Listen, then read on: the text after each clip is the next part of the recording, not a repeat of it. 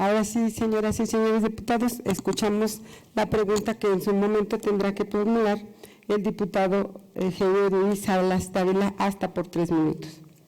Adelante, diputado.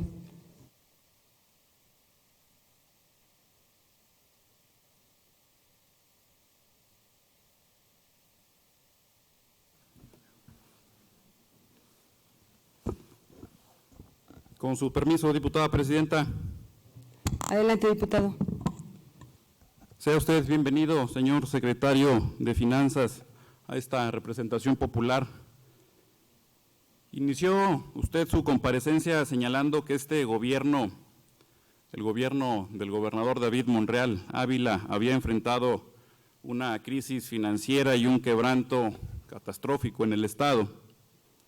Sin embargo, el 28 de junio del 2021, en rueda de prensa, usted mismo señaló, cito textual sus palabras: me voy a permitir exponerles la situación financiera que estamos teniendo a 2 meses y medio de la conclusión de esta administración.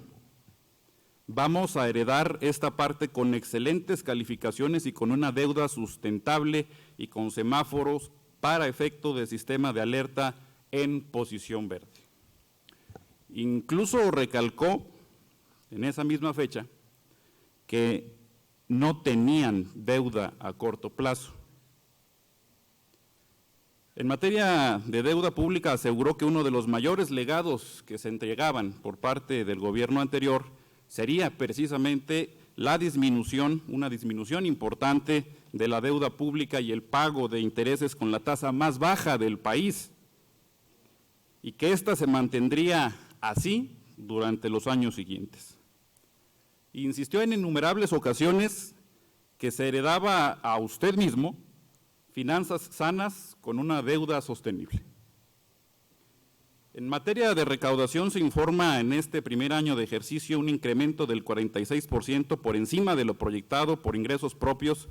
Sin embargo, no se realiza un comparativo respecto del año inmediato anterior del que se informa. Al respecto, con base en sus propias afirmaciones y en los datos financieros que usted ha presentado, quiero formularle 3 preguntas. La primera de ellas: ¿cuál es la tasa actual de intereses de la deuda pública y cómo ha beneficiado este legado, como usted lo llamó, a la actual administración del gobernador Monreal? La segunda pregunta: ¿cuál es el porcentaje de diferencia en el incremento de ingresos propios que fue referido entre el año inmediato anterior, o sea, de septiembre del 2020 a septiembre del 2021, y el año en que se informa en esta comparecencia, que es de septiembre de 2021 a septiembre de 2022? Y por último, ¿coincide usted en que gran parte de este incremento debe atribuirse a contribuciones importantes como el impuesto sobre la nómina y los impuestos ecológicos en sus 4 componentes? ¿Es cuánto? Señor secretario, le pido ahora atienda los cuestionamientos vertidos por el diputado en tribuna y se le concede un término hasta por 3 minutos, siendo que hay tolerancia por el número de preguntas. Adelante, secretario. Claro. Gracias, diputada presidente. Sí, diputado, efectivamente, yo creo que tal vez efectivamente debí haber hecho esas declaraciones, como usted bien lo cita, pero si se da cuenta me dijo, ¿no hay deuda de corto plazo? Claro que no, porque se pagó la deuda de corto plazo el 31 de mayo, a más tardar, de los 1,120 y tantos millones de pesos que en su momento su servidor tuvo que asumir, junto con los 350 millones de pesos de adelanto de participaciones que había. Y efectivamente en ese momento, como a la fecha, estamos en la posición de en semaforización verde, valga la expresión, lo reiteré, seguimos igual en ese sentido. Efectivamente teníamos las calificaciones y las hemos ahora mejorado todavía de una otra forma. Incluso yo quiero recordar un tema que al final de cuentas en esos momentos teníamos el acuerdo de pago también de impuestos ecológicos por un monto superior, en este caso los 550 millones de pesos. Estamos en esas condiciones, pero lamentablemente la mala suerte es de que se cae la recaudación. Y tan solo en un mes tuvimos que regresar 430 millones de pesos. Entonces, la situación posterior a esa situación sí fue muy complicada, diputado. Por supuesto que en su momento pensábamos que pudiese darse esa situación, lamentablemente no se dio, pero sí se subsanó la deuda, afortunadamente. Parte de esa deuda se subsanó porque se tuvo que pedir adelantos de participaciones en su momento para poder pagarlo. Con respecto de la deuda para las tasas de interés, efectivamente, ya lo dije, la pasada administración contrajo la contratación de swaps, permitió a la fecha tener este beneficio, lo tenemos a la fecha, efectivamente.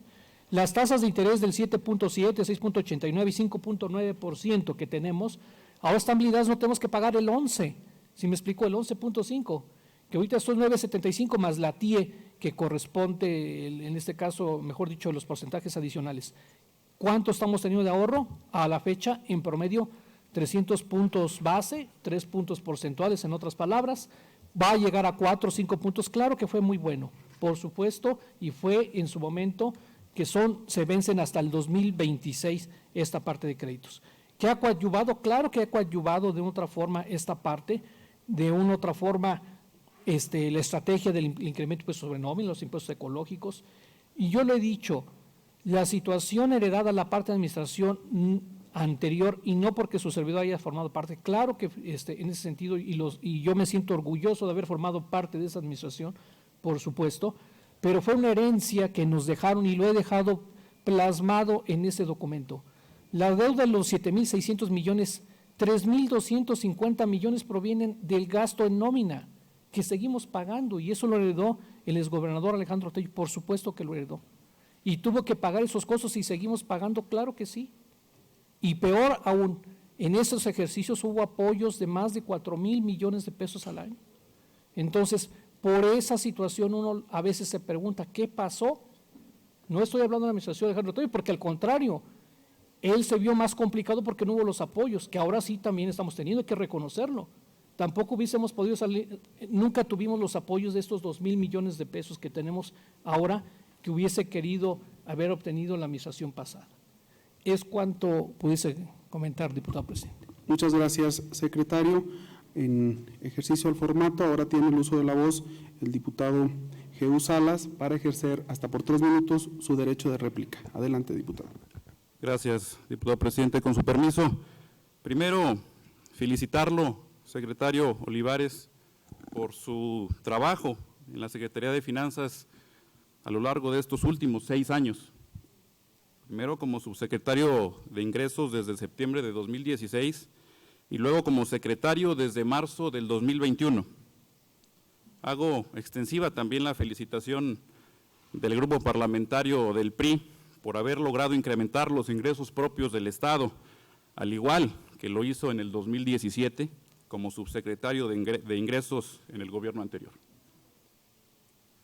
Coincidimos muchos que su trabajo al frente de las finanzas públicas del Estado es quizá lo más relevante de los mediocres resultados que se han presentado por parte del Ejecutivo en su primer año de ejercicio. Y es que esos ingresos propios provienen de 2 impuestos en particular que fueron implementados no por el gobierno de David Monreal, sino en la administración del gobernador Alejandro Tello. Por una parte, los impuestos ecológicos en sus 4 componentes, que dicho sea de paso, empezaron a fluir en mayor medida a partir de 2021, 330 millones de pesos solo este año, según lo acaba de informar hace algunos minutos, mucho más seguramente si consideramos los que se pagaron en el último trimestre de 2021. Un impuesto sobre la nómina que incrementó significativamente no solo a partir de esta administración, que sufrió un cambio significativo en su tasa de causación, sino cuando se aplicó también a los entes públicos del Estado, que fue también en el gobierno anterior. Todo esto aunado a herramientas fiscales como los acuerdos conclusivos y los acuerdos anticipados de pago que fueron establecidos en el Código Fiscal del Estado. Todo esto como parte de una reingeniería financiera que, si bien ha dado resultados positivos a esta administración, fue construida efectivamente por usted, pero no en este gobierno. ¿Es cuánto? Muchas gracias, diputado. Siguiendo con el listado, tiene ahora el uso de la voz para formular sus preguntas.